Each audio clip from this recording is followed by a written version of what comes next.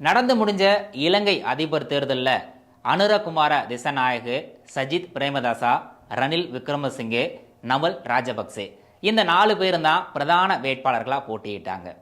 வாக்குப்பதிவு முடிஞ்சு வாக்கு எண்ணிக்கை தொடங்கினதிலிருந்தே பெரும்பான்மைக்கு தேவையான 50%க்கும் அதிகமான வாக்குகள் முன்னிலையில் இருந்த தேசிய மக்கள் கட்சியினுடைய வேட்பாளர் அனுரகுமாரா தமிழர்கள் வசிக்கக்கூடிய பகுதிகளுடைய வாக்குகள் எண்ணும் போது படிப்படியா சரிய தொடங்கினார்.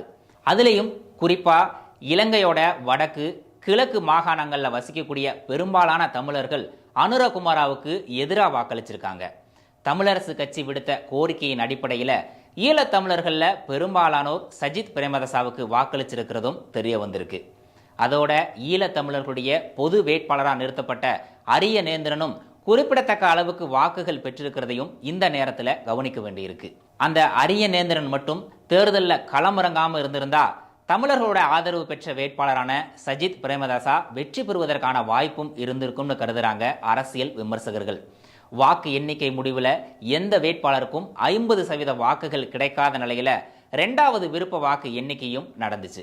அந்த முடிவின் அடிப்படையில் தேசிய மக்கள் கட்சி சார்பாக போட்டி போட்ட அனுரகுமாரா இலங்கையினுடைய அதிபராக தேர்வு செய்யப்பட்டிருக்கிறாரு.